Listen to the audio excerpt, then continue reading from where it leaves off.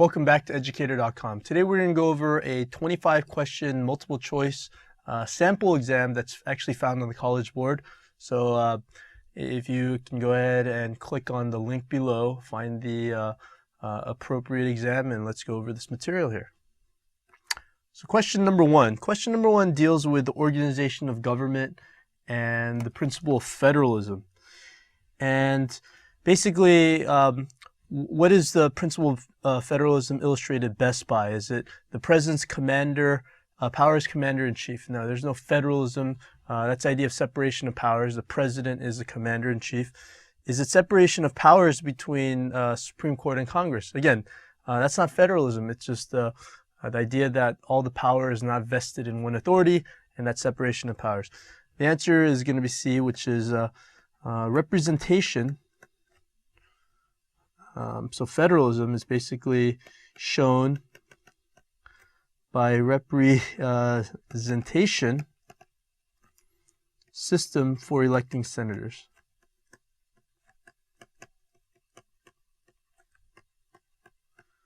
So there's the idea that the people will directly elect the senators. Now again, this is actually through the 17th Amendment, and before that it was actually the state legislators that selected the senators, and there's 2 senators per state. So this is the idea that the people decide the senators, but there's 2 senators, so each state is equal. So this idea of federalism, the idea that states basically have equal power, or they share powers of the national government. Qualifications of office of presidency, there's no federalism involved, although just a list, you gotta be 70, or not 70 years old, 35 years old, 14 years as a citizen, and natural born.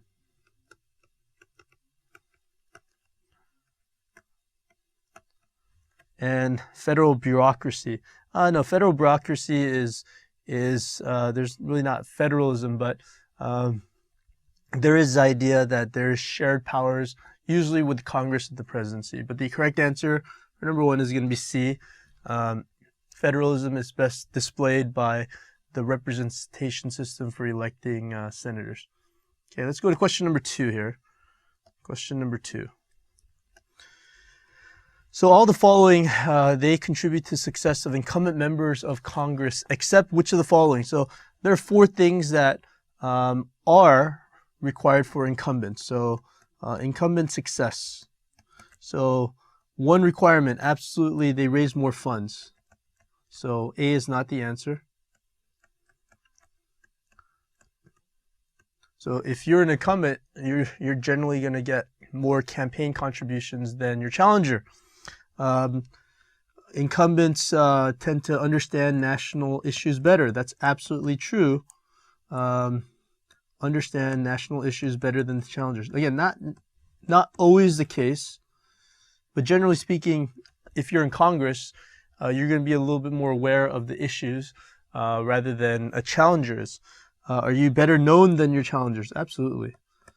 So incumbent is going to be generally better known. And then, so D is the correct answer.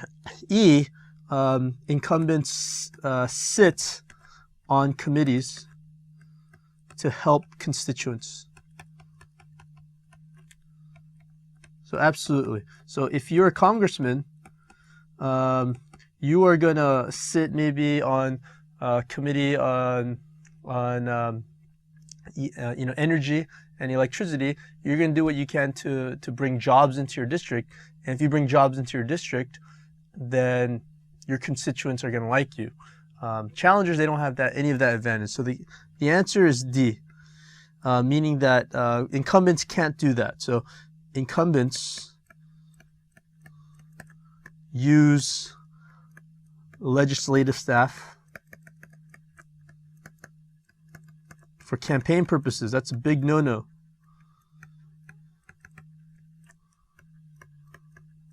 If you're a congressman, you can have your legislative staff to send out mailings on all the legislations that you passed and what's going on in the district, but you cannot use your legislative staff to perform campaign services. So there's a clear delineation on how you can use the funds. So obviously, if you're a congressman, you're probably going to be running for re-election, but you basically have to use a separate staff and use separate money to pay for these services.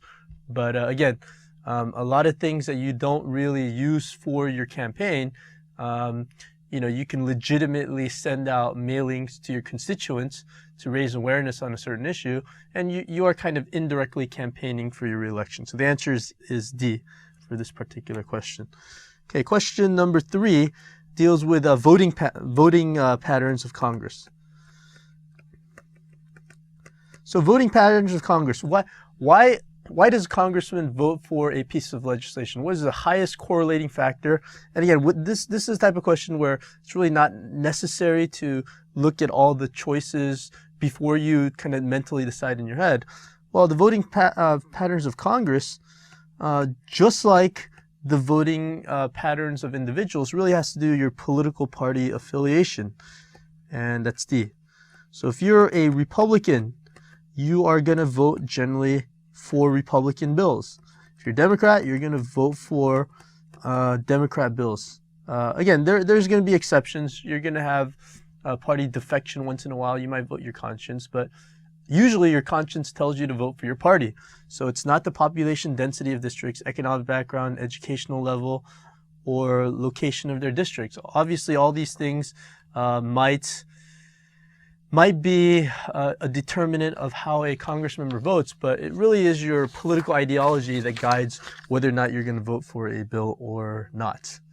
Okay, question number 4 deals with the Constitution amendments prohibit all of the following except what. So this is where if you don't understand this question directly, this is where knowledge of all the amendments is going to help. So if you get this wrong, it might help to list review all the lectures where I went over all 27 amendments, because knowledge of the amendments actually does help. So A is incorrect because slavery is prohibited by the 13th Amendment. Double jeopardy is prohibited, which means you cannot be tried for a crime after you've been acquitted for the crime. That's in the 5th Amendment of the Constitution. Cruel and unusual punishment, that is something that is prohibited under the 8th Amendment. And unreasonable search and seizures, okay, that is prohibited by the 4th Amendment.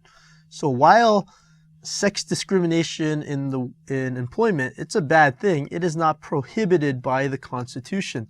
This is something that there could be federal law, but it is not constitutionally protected expressly. Now again, there are a lot of implied protections, but they're looking for something that is explicitly not found in the Constitution.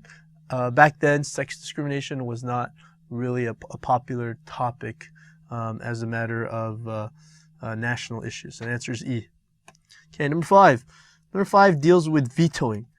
So when a president vetoes by the president, what is the president actually doing?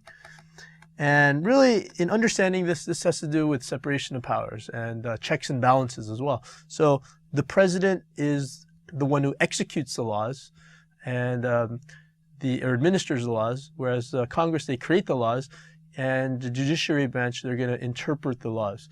So when the president checks Congress, he or she is going to veto, and that's basically vetoing all sections of a bill. The line item veto is the idea of rejecting certain portions, but when the president vetoes, he rejects all portions of the bill. So the answer is D, rejects all. So the idea that the president can reject certain portions and keep certain portions, that would violate the idea of separation of powers, where it's a legislative responsibility. But the president has a check on Congress by being able to veto all portions of the bill. So the answer for part A, rejecting a part of a bill, that is, again, that's a line item veto, which is not granted to the president. Prevents any further action on the bill or sends the bill back to committee. These are things that happen in Congress before a bill is actually passed for the president to either sign or veto. And deciding the bill's constitutionality, that's determined by the judiciary branch if and only if it goes to court, it goes through appeals, and then the Supreme Court can decide whether or not to hear a case regarding that. So that's what a veto by the president entails. Okay, question number 6. All of the following is true about regulatory agencies and the industries they regulate, except which of the following? So let's take a look at 4 of the responses are actually true. So what are the 4 things that are true? Again, these are some takeaways here. So are agency employees, are they recruited from the regulated industry? Absolutely.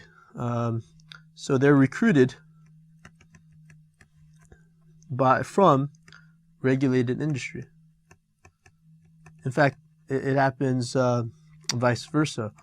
The agency or the regulated industry, they can recruit from the agency employees as well. Okay, so absolutely that is true.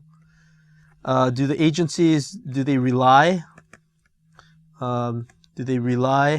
on support from regulated industries?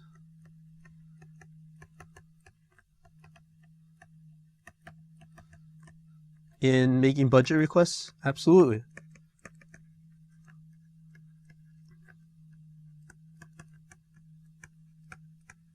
So they're going to work together on this. So the agencies, they're going to take whatever support they can, and they're going to get it from the regulated agencies. Does an agency's relationship change with a new president? Absolutely. So it is based on president's managing style.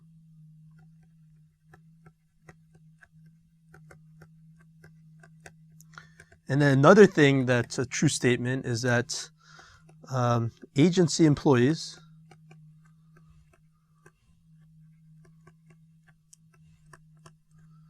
are employed by regulated industry.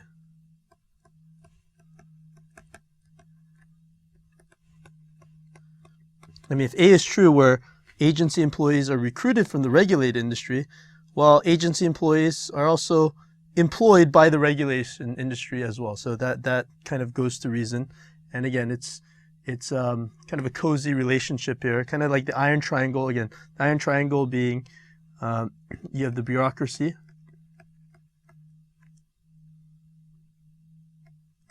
or the agency, so to speak. You have the congressional committee,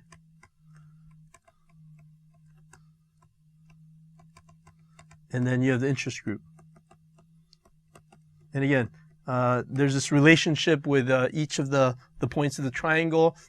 And again, it's very convenient that individuals from the agency, when they leave, they can get recruited by the regulated industry and vice versa. And same thing holds true for congressmen. When they leave, they get recruited by the agency or even the regulated agency because they have the experience and they have the connections to be able to do a lot of these different things. So the answer here is D, which is that agencies make decisions without consulting regulated industry, and that's incorrect, which makes it the correct answer choice. Agencies make decisions without consultation of the regulated industry, and so that is incorrect.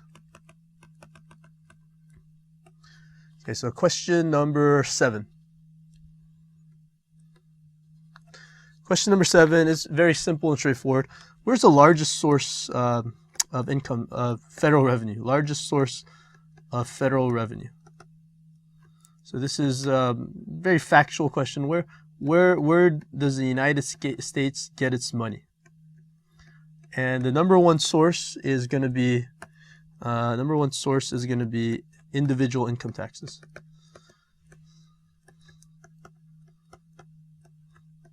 So maybe roughly about half the income. Now what's kind of interesting is that Mitt Romney in the 2012 election made this percentage fairly popular, but roughly only 47% of the American population actually will pay any form of federal income tax. So most of the federal government is actually funded by, the top producers of wealth in the United States. And so a huge portion of the government is funded by this income that is collected by the IRS. Now, again, there is capital gains tax, Social Security tax. Social Security is up there. Property tax is more collected through local means, so that's not something that the federal revenue is going to get their money from. And sales tax is more of a state issue. So the answer is going to be D, individual income tax. Okay, question number 8.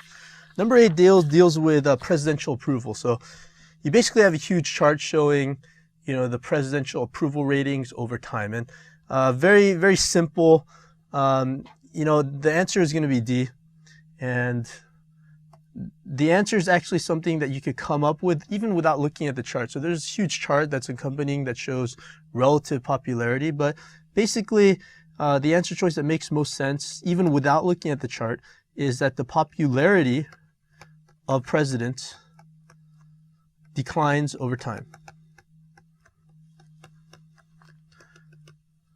Okay, so again, let's take a random 2-term president right here. So again, let's say this is going to be, let's not draw right here. So this is presidential approval. And let's say this is year 1, 2, 3, 4, 5, 6, 7, 8. Obviously, it's going to be different for every president. And I'll go over kind of generally some of the modern presidents here. But basically, you're going to have something like, okay, let's say this is 50% here, this is 70%, 30%, so this isn't necessarily the scale. Right here, you're going to have something like this, a spike, and then something drastic happens, and you see a president definitely with a downward trend. So you're going to see most presidents have approval ratings that's going to be downward sloping. Why is that the case? I mean, this is generally for obvious reasons. When you have a new president, you're excited. Maybe you hated the old president, and so you're really excited. But things happen, and maybe the president, some galvanizing event causes the president to be pretty popular, but that diminishes over time, and by the time the president leaves office, generally speaking, you're going to have a less popular president. Now, Eisenhower was actually very, very popular. So Ike, I like Ike. He was generally very popular, but even he lost some popularity by the time he left office. Kennedy was kind of an exception, and this has to do with any president that's assassinated. So his popularity level actually matched the time that he left office, simply because when he was assassinated, he was still beloved by the American public. You had LBJ. He was a clear case where popularity rankings went down considerably because of the Vietnam War. And then you had Nixon. Combined with the Vietnam War, you also had Watergate. So you had a huge area where there's mistrust of the government. That had to do with Watergate. Carter suffered from not the Iran-Contra scandal, but high inflation, and you had the Iranian hostage crisis that had his popularity approval ratings going down as well. And actually, before Carter, you had Ford, who wasn't necessarily the most popular to begin with, but when he pardoned Richard Nixon, his approval ratings went down. Jimmy Carter, and then you had Reagan. Again, Reagan was a fairly popular president, but again, the Iran-Contra scandal made it so that when he was leaving office, he was less popular than when he was first elected. George Bush Sr., he was a clear case where recession actually really hurt him. His height of popularity was above 70% during the first Iraq War, but then the recession hit, and he only won 39% of the vote because there's a lot of people that felt maybe that he was too focused on foreign affairs and not the economy. Clinton's election slogan, "It's the economy, stupid," really resonated with the American public. And then you also have Clinton. Clinton is actually an interesting case where his popularity rating actually, as he was leaving office, even though his popularity rating did experience some downs, particularly during his first term, it actually went up with the Lewinsky scandal. So go figure. So the scandal actually that he was impeached for, basically, but not removed from office, actually served to increase his popularity. There's actually probably more backlash against the Republicans who made an issue out of President Clinton's personal affairs in office. George W. Bush, he came in as a very divided president, and his popularity went down. Interestingly enough, because of the second Iraq War, his popularity actually went down, even though the first Bush, the Iraq War, is what actually caused his popularity to increase. And then with Obama, his approval rating was fairly high to begin with, and again, as the second term comes to a close, his approval rating is not nearly as high as it was in the first year. So this is just a general trend. So even though there's a graph that supports the assertion, it's just this general idea that the popularity of a president is just going to decline over time. It's kind of common sense, but something that you should know even if you can't figure that out from an intuitive level. And if you can't even do that, then questions like this is just being able to read the graph correctly. So what's incorrect is that Reagan was the most popular president since 1953. Again, according to the chart, it was actually Kennedy who was the most popular president. B is wrong. There's little relationship between military conflicts and presidential approval ratings. Well, as you can see with Vietnam and the Iraq War, actually that's the second Bush that's not on the chart, but the first Bush, the popularity of the first Iraq War gave Bush a huge approval rating. C is incorrect. Presidents have tended to become more popular over time. That's in direct contrast to D. So C and D are basically mutually exclusive. And then E, President Carter suffered the largest drop in popularity. Yes, he did suffer a drop in popularity, but not as much as either Lyndon Johnson or Richard Nixon. They suffered much more drops in public confidence. Okay, question number 9. So question number 9 deals with Brown versus Board of Education, so Brown v. Board, and has to do with what was the principle that was established in Brown versus Board of Education. And basically the answer is D, that separate but equal was inherently unconstitutional. So what it did was it overturned the court case decision. It overturned the court case decision of Plessy v. Ferguson that basically said separate but equal is constitutional. So this was kind of an interesting case in the sense that the court usually doesn't make an emotional appeal, but what was kind of unique about this court case, that it was a unanimous decision, and it wasn't really based on a certain clause, the Commerce Clause of the Constitution. It was just it was a very moral argument that when you have separate facilities, it's going to cause a sense of inferiority. So that's kind of an unconstitutional situation here. So A is incorrect because for the most part, school officials can't search for a student for drugs or at least like backpacks. Individuals have less rights. But again, that has nothing to do with Brown versus Board. Everyone must go to school until at least age 16. That's actually incorrect. Under Wisconsin versus Yoder, it was stated that Wisconsin versus Yoder, based on religious beliefs, going up until 8th grade is required. Tuition for private schools cannot be tax deductible. Again, that's nowhere near the correct answer for Brown versus Board. And then a moment of silent prayer at the beginning of school is allowable under the First Amendment.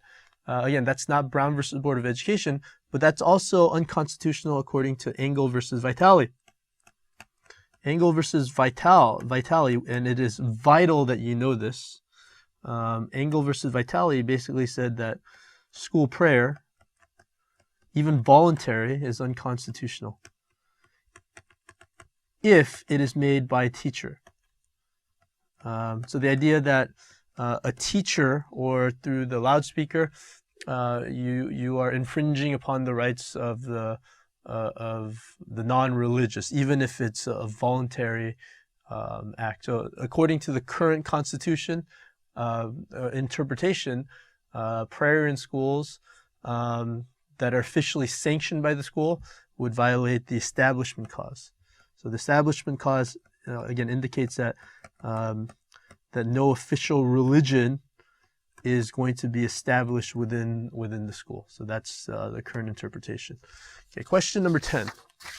Number 10 deals with the statements, what describes the organizations of the two major political parties in the United States. So look at the answer choices. Parties have no organization except the national level. That's incorrect. We have a federalist structure. So we have national, state, and local. So political parties are organized in a variety of different ways. Okay, so how are political parties organized?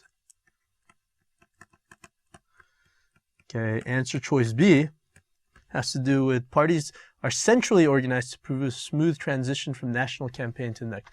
And that's not true. Party organization structures are very decentralized, meaning that there's a lot of individual power. So it used to be the case where parties used to be a little bit more top-down. Now they're a little bit more bottom-up, where individuals take hold more of what happens with political parties rather than from top-down. Okay, parties are organized much like a large corporation in that decisions flow from national to state and local levels. And again, that's absolutely not the case. It's organized from bottom up, so to speak. So the national political party, they don't really determine who runs in local races, right? Local and state parties have virtually no power in the party system. And again, that's not true. Local and state parties, you can argue they have equal, if not more power than the national parties. Okay? And answer is E. The idea that separate and independent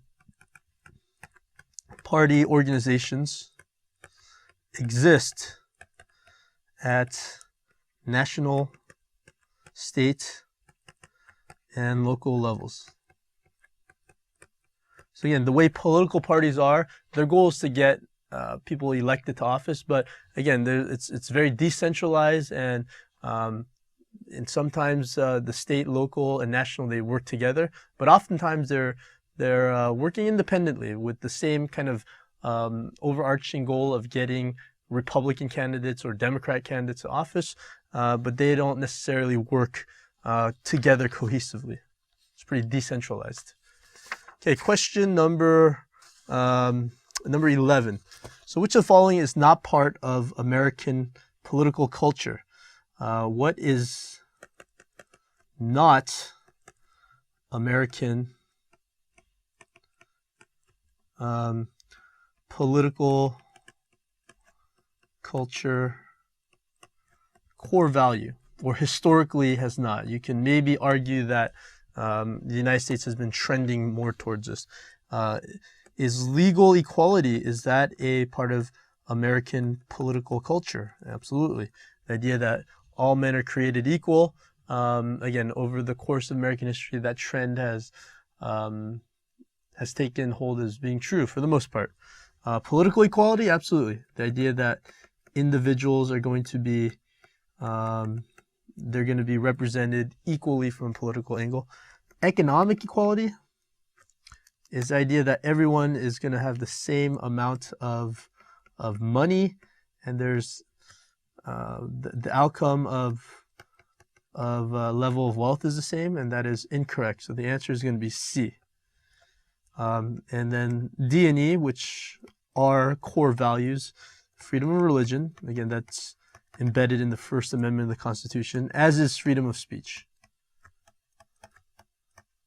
So again, these four values are found: legal, political equality, freedom of speech, and freedom of religion, but not economic equality. Okay, number 12. which all the following were concerns of the Articles of Confederation except. So these were concerns of the Articles of Confederation.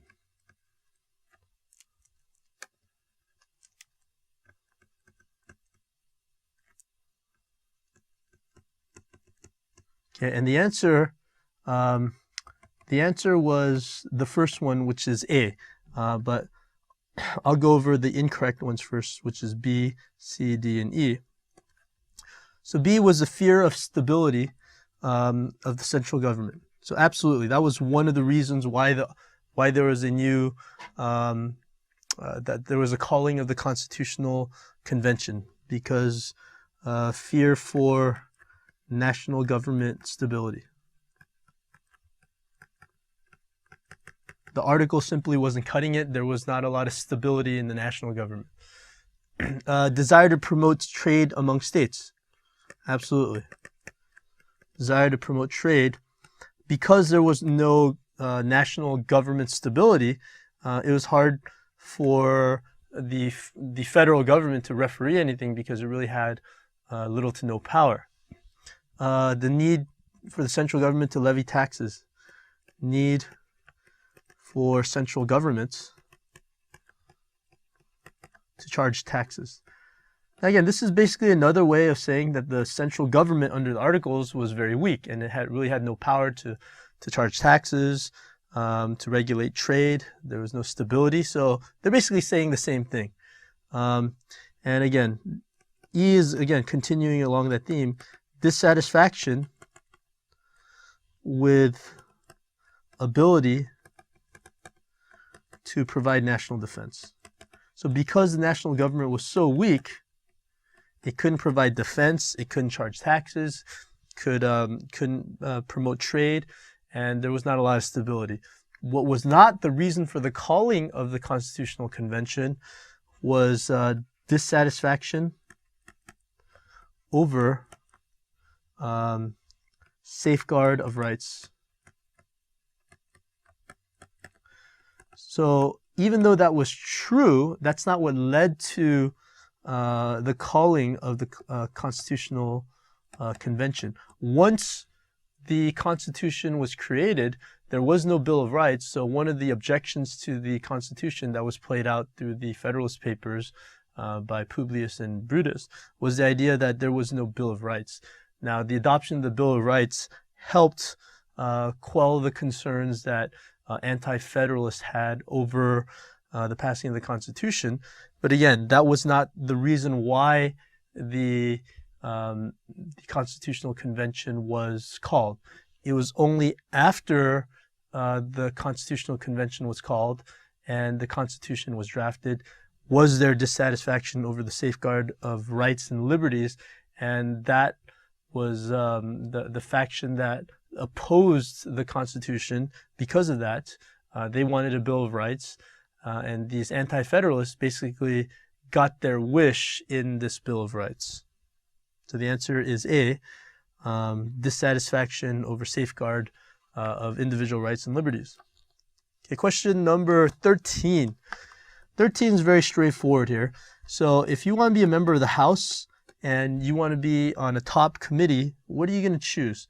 So House, you want to be in an influential committee. So chances are, if you're a freshman congressman, you are not going to get this committee assignment. You're going to have to pay your dues in other committees. Is it agriculture? Incorrect. Is it international relations? Also incorrect. Is it transportation and infrastructure? Again, incorrect. Now, if you want to be in a committee that brings jobs to your particular district, then you might want to be on one of these three committees, but not if you want the most relative power. Rules committee, you want to be on the rules committee and not the veterans affair. That's probably the least of the five, least influential in terms of political power. So you want to be in the rules committee, or another committee that you might want to be on is one of the three exclusive committees, which is the Ways and Means Committee or Appropriations Committee. So those are the big three committees that you would probably want to be on if you were a member of the House of Representatives and you wanted a lot of power. Okay, question number 14. What is the purpose of a political party? What functions do they serve?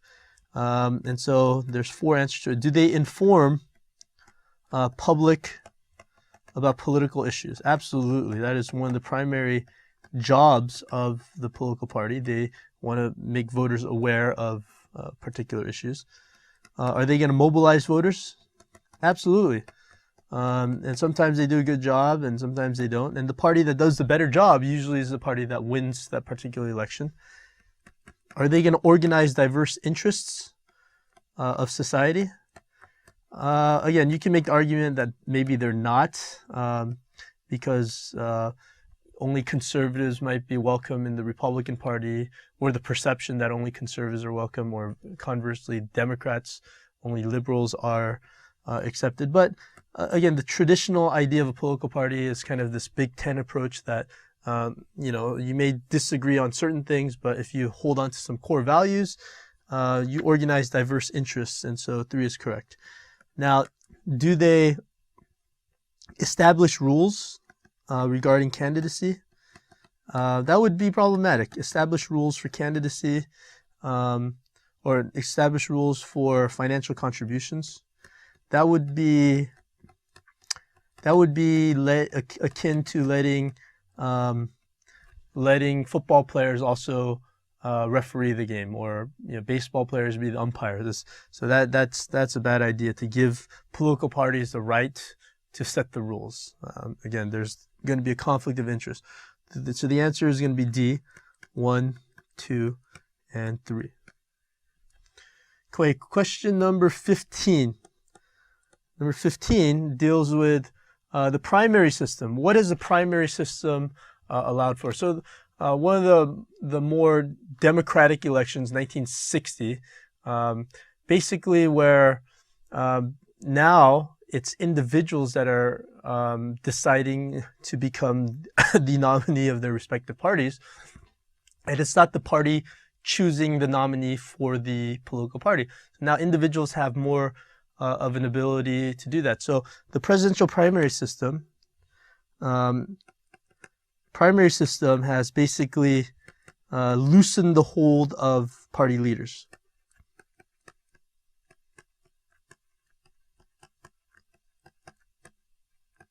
So now the party leaders don't have as much say in who becomes the presidential candidate.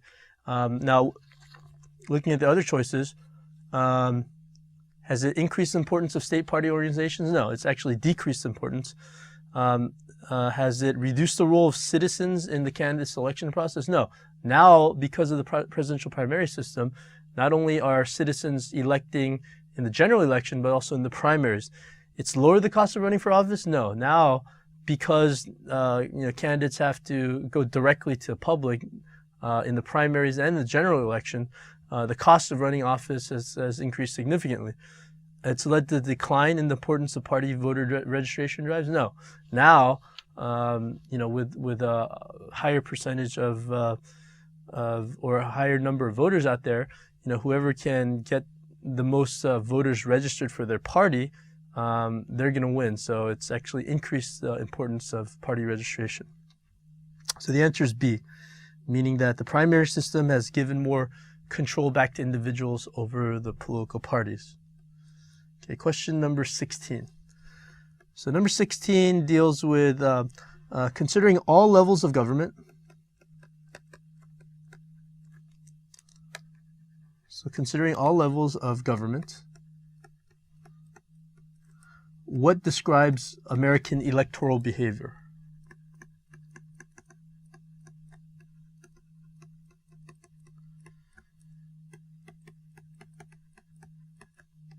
Now, this is kind of interesting. It's making a very, very general, broad statement. So let's look at the different answer choices and eliminate the ones that don't make sense here. Primary elections tend to elicit higher voter turnout than general elections. That is not true. General is going to be greater than the primary all the time, just simply because the primaries are going to attract individuals that are very vested in the process, and so the primaries aren't going to elicit a higher turnout than the general elections for sure. The majority of the electorate does not vote in most elections. Majority don't vote in most elections, and this is actually the correct answer. We'll get back to this here. Now, if you were actually taking this test, this is the type of strategy you'd want to use. You want to not eliminate it, but not necessarily make that as your answer choice before looking at the other answer choices. So C, voter turnout plays an insignificant role in election outcomes. Voter turnout, insignificant. Again, this is incorrect simply because it is significant. So if more women turn out, that plays a role. If a certain group turns out higher than expected, then it is significant. Okay, so it can be significant, so that is incorrect. D, adult citizens under the age of 30 tend to have the highest rate of voter turnout. That's incorrect. Senior citizens do. Senior citizens, so 65 and over, they're the ones that vote the most. So D is incorrect. And then E, voters with strong party identification vote less regularly than independents. That's not true. Voters with strong party ID vote more regularly. So really the job of these political candidates, they pretty much know that they're going to get the votes of the conservative base or the liberal base. So what they do is, again, they try to cater to the conservatives or the liberals in their respective primaries, and then they try to run to the center. They want to convince that independent that they're the better candidate than their opponent. So they're going to try to get the votes from the independents because they're going to assume that they already have the vote from from their base. And not necessarily true all the time, but as a rule of thumb. Okay, number 17 deals with in the U.S. Okay, which of the following is a rule? What is a rule on voting in the Constitution? And basically, it's understanding what the 27 amendments are that's going to help you out here. So no person may be denied the right to vote for either state or federal citizenship. No, absolutely. You can prevent individuals from voting based on the lack of citizenship. Okay, and B is the correct answer. The 26th Amendment basically says that you cannot discriminate in terms of voting on account of age. So 18 or over, so anyone 18 and over that's also eligible to vote, again, based on citizenship, they cannot be denied the right to vote because of their age. So B is the correct answer. C has to do with prison sentence. Again, each state can decide. So the states can individually decide not to allow convicted felons to vote, but there are certain states where convicted felons absolutely can vote. And so C is incorrect. A state may not establish residency requirements. Absolutely they can in terms of voting. And then E, a state may require a person to pay a poll tax. No, that's the 24th Amendment. 24th Amendment prohibits poll taxes.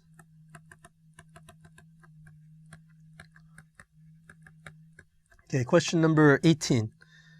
Question number 18 deals with presidential judicial nominations. So, which of the following statements is supported from the chart above?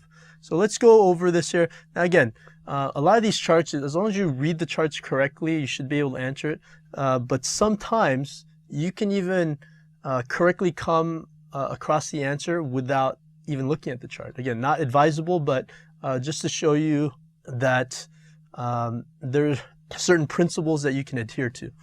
Okay, both Republican presidents nominated a greater proportion of Latinos to the judiciary than the Democrat president. Generally, that's not going to be true simply because Latinos tend to, as a group, vote for Democrats. So conversely, it's the case that there's going to be more Latino Democrats and Republicans, and therefore Democrats are going to appoint more Latino judges than Republicans are. So A is incorrect. President Carter made more judicial nominations than Reagan. Well, on this chart, there's no real way to know for sure, but you do know that Carter only served 1 term and Reagan served 2 terms. So while it is a possibility that's the case, well, we know that Reagan served 2 terms, so he probably appointed more justices than did Carter, which is the case. It was 378 to 258. The percentage of nominees to judiciary where minorities were higher for Republicans than Democrat presidents. Again, Republicans generally have a higher percentage of white than Democrats. So conversely, it's going to be probably true that Democrats are going to appoint more minority candidates, and that actually is correct under the data given. And then question D is also part D is incorrect as well. The percentage of nominees to judiciary who are women were higher for Republican presidents than for Democrat presidents. Again, the data shows here that Republican presidents, Bush 17.2%, Reagan 8.2%, whereas Carter was 15.5%, and Clinton nominated 37.5%. So it's an indication that no, it's the Republicans that are going to appoint more men, and Democrats, again, as a rule of thumb, Democrats, a lot of their membership is composed of minorities and women. And again, that's just a general principle. And so the answer is E. Reagan, who was a Republican president, nominated least percentage of women. Actually, the percentage that Reagan nominated women was 8.2%. Now, that being said, Reagan is known for making the first female Supreme Court justice, and that first Supreme Court justice was Sandra Day O'Connor. And since then, we've had 3 additional female justices who are currently on the Supreme Court. Ruth Bader Ginsburg,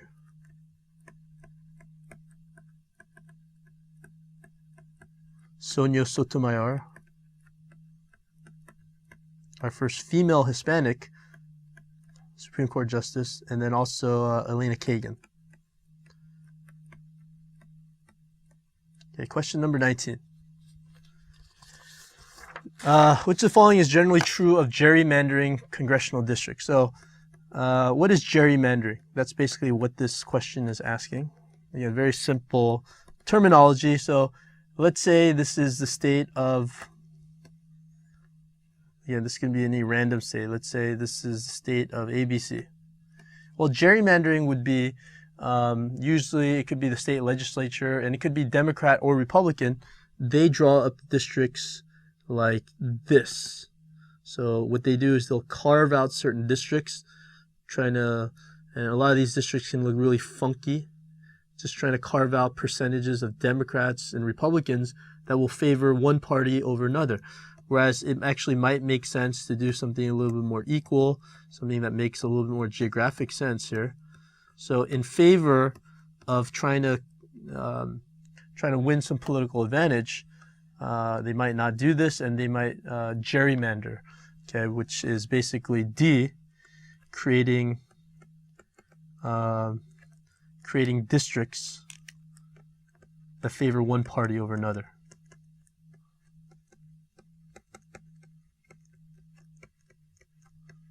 Okay, so it doesn't result in more Democrats being elected to the House. It could, if it's a Democrat party in power.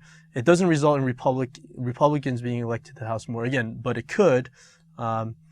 And it guarantees that all minority parties will be equally represented? No. Again, it's actually the case where it could actually hurt minority parties.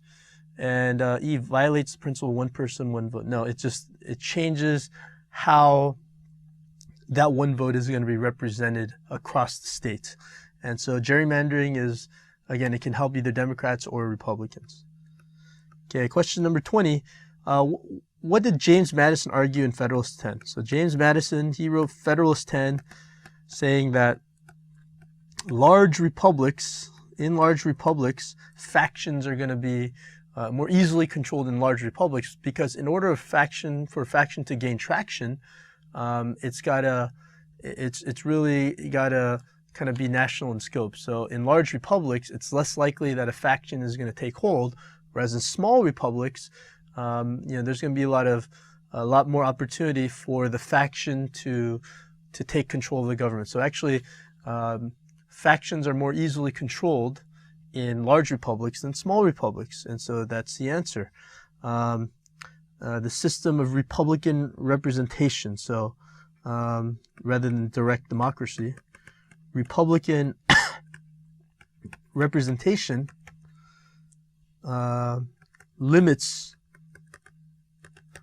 factions. And not only that, in larger republics, they do a better job of limiting the excesses of tyranny and faction. Large republics. Small republics are better than better able to ensure individual liberty. No, large republics are.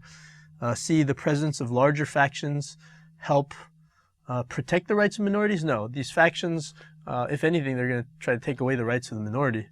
Participatory democracy is the surest way to prevent tyranny? No. A and D are basically mutually opposed.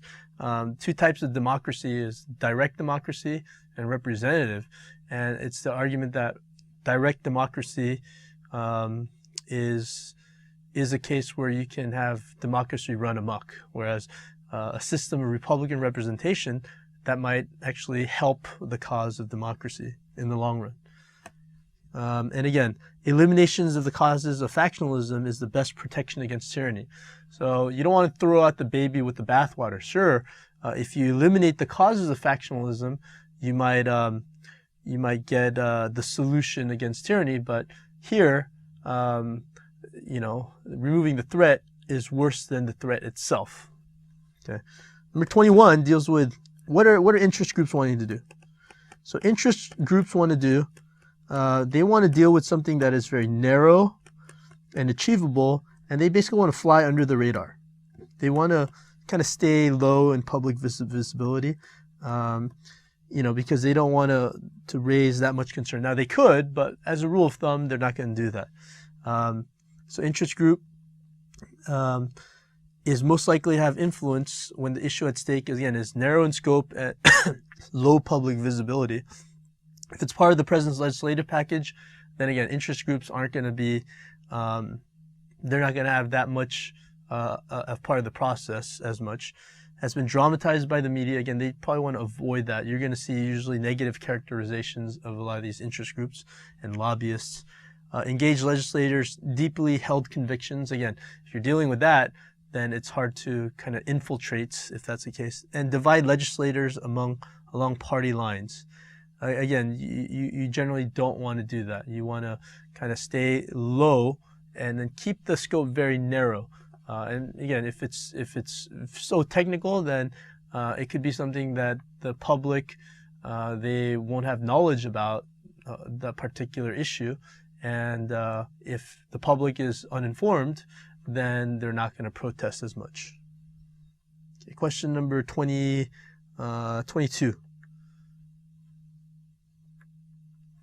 Question number 22 deals with federal spending. Federal spending, which is becoming a huge problem. Federal spending, for which of the following is determined by laws outside the normal budgetary process?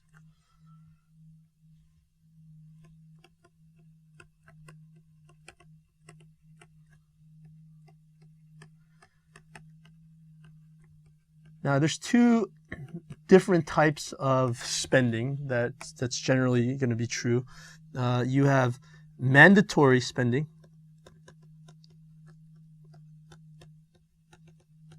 versus discretionary spending.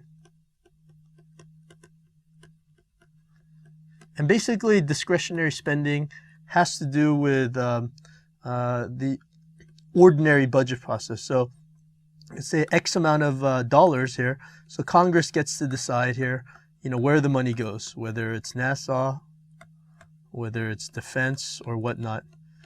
Mandatory spending, which is actually becoming a huge portion, and one would argue that as we continue without really addressing this issue, the mandatory spending that goes outside the budget process, it's determined by laws.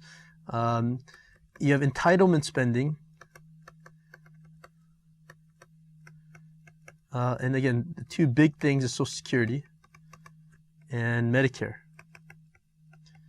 And so what lies really outside this budgetary process is increasingly becoming this huge part of the budget here, of the amount that's spent, right? So again, I don't know specifically, so anywhere between 50 to 75%, maybe even more, Congress really it's really outside the budget process. And what Congress is really deciding is that small, that 25% where they can decide to increase or decrease. Whereas once individuals hit a certain age, they are entitled to Social Security. They're entitled to Medicare. And so that lies outside the regular budgetary process. So basically entitlement reform, laws passed by Congress to change how much is spent once individuals hit retirement age, that's really the key to getting our budget under control. Okay, question number 23. Question number 23 deals with what is an amicus curiae brief. So this was actually dealt with in my lecture with the National Judiciary. Again, they're basically used by interest groups to lobby courts. So as friends of the court, they just simply write briefs to try to persuade justices one way or the other. Okay, so I think that's pretty much all you would have to know for that particular question here. And 24, political socialization. What is that process of political socialization? Is it A, the use of private property regulated by the government? No, I don't think so. Governments communicating with each other? No. Public attitudes toward governments are measured and reported? No. And the answer is D. This is basically political values from one generation to the next. Basically, it's saying that if your parents are Republicans, there's a good chance that you're going to be Republican. Family has a huge impact on your political ideology, and that just kind of makes common sense. And the final question of the AP sample practice exam, which of the following is true of a presidential veto of a piece of legislation? So presidential veto, if the president vetoes, which by the way is a rare occurrence in and of itself, a more rare occurrence is that it's overridden. So it is rarely overridden. So not only is the presidential veto somewhat of a tool that's not used a lot, it's usually the threat of the veto that's actually more potent. The fact is that if a presidential veto is used, even more rare than that is that it will be overridden. So A is the correct answer. What are some incorrect answers? It is not binding unless supported by the cabinet. No, it is binding. The president can veto without consulting the cabinet. It can only be sustained on revenue bills. No, the president can veto anything. It could be on a good cause, and the president has that constitutional right. It is automatically reviewed by the United States Supreme Court. No, this is the role of the president, whether or not to sign or veto. E is subject to approval by a congressional committee. No, again, this is the buck stops here with the president. So if the president wants to veto something, then he or she can.